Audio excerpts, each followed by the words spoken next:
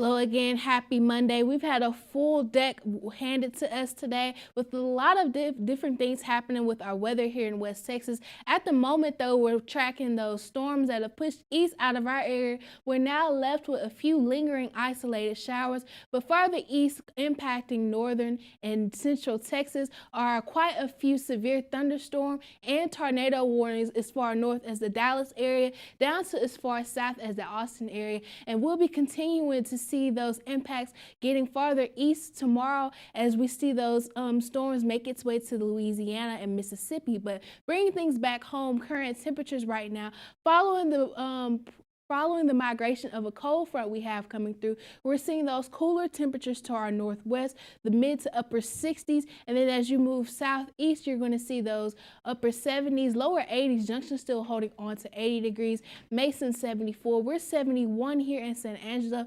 73 degrees up in Abilene. Now, as I mentioned earlier in the show, we do still have a number of warnings in place. We have the red flag warning and severe thunderstorm warning for these far eastern counties until 9 p.m.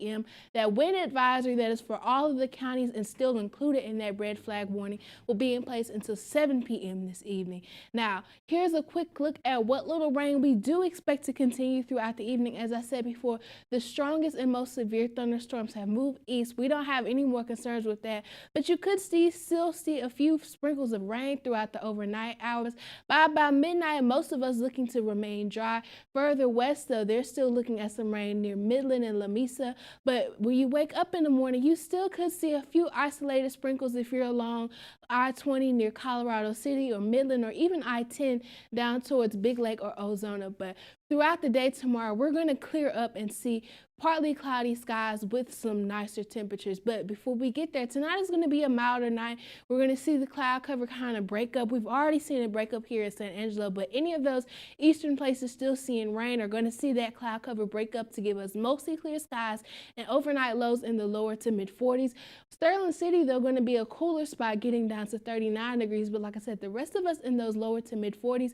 A warmer place is going to be Mason at 48 degrees. And here in San Angelo and in Abilene, the low will be 41 degrees. Now, tomorrow will be a little cooler, but tomorrow into Wednesday, we'll see high pressure re-enter our area, helping us shoot back up with those temperatures, ending out the work week back into the mid 80s as we go into the weekend. And that's also when we'll see another round of possible fire weather concerns thanks to some breezier winds in play. Now, we did get some rain today, but we're not going to know how much it impacted our drought monitor until later on this week. But this is where we stand right now, still having that area of exceptional drought to that northwestern tip of our viewing area.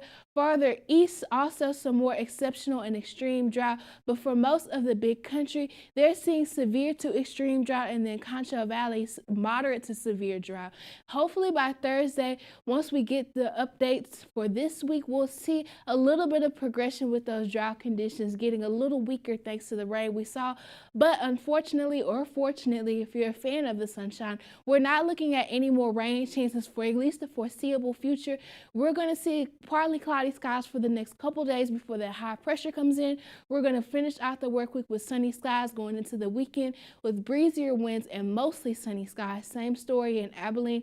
A few more days of some increased cloud cover before we start to see sunny conditions to wrap up the work week. And then they could start next week in the lower 90s with some breezier winds. Back to you, Marissa.